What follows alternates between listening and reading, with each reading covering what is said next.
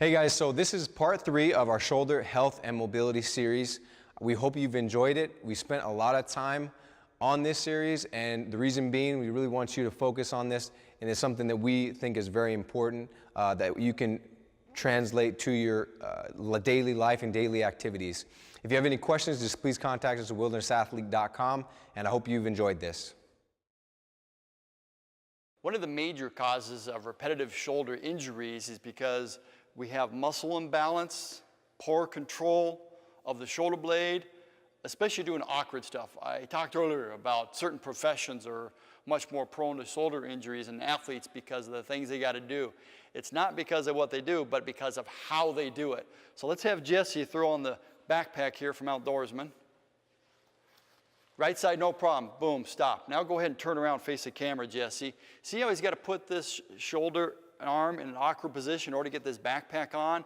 So that's why it's important. I get good movement of this shoulder blade, a good stretch in his chest and pecs, good movement of the shoulder blade, so now he can get the backpack on much easier. Okay? Now if you have a really bad rotator cuff, no matter how good you do, it may still be sore putting this on a certain way. But over time, once we get everything working better and your body moving smoother, the injury and the strain, the overloading to this cuff tendon will be less and less. I have a question for Yes. you, Tony. The best, there's a lot of ways to put on a backpack. What's the best way if you had to put on a backpack or any pack on repetitively, what would that be? Okay, there's a lot of tricks I've seen different people use, and some can really work well. I've had some people put it on the ground or on a rock, and they kind of do both arms at the same time.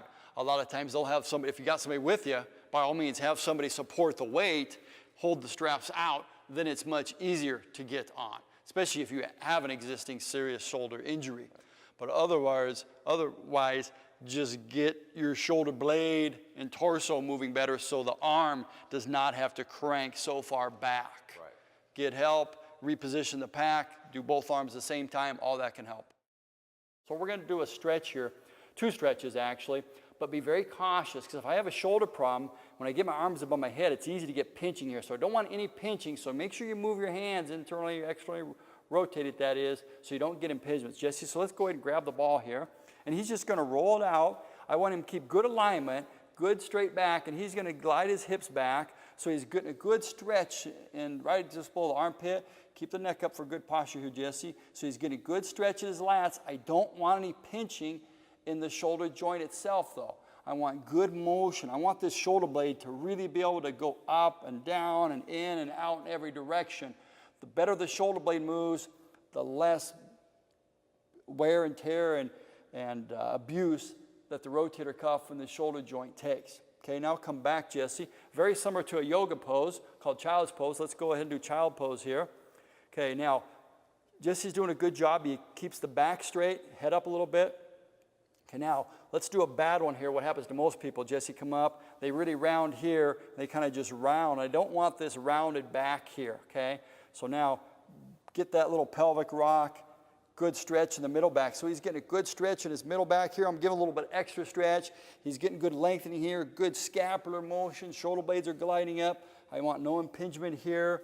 He can slide, get a little bit of glute stretch. Great for the body. Okay, that's good, Jesse. Do a few stretches like this. He might do this 3 times a week. He might do it 5 times a week. Hold it for like a minute each. Do a couple of them, up to at least 3 or 4 reps. Can you tell I'm just super flexible? Not bad. Not bad for a football player.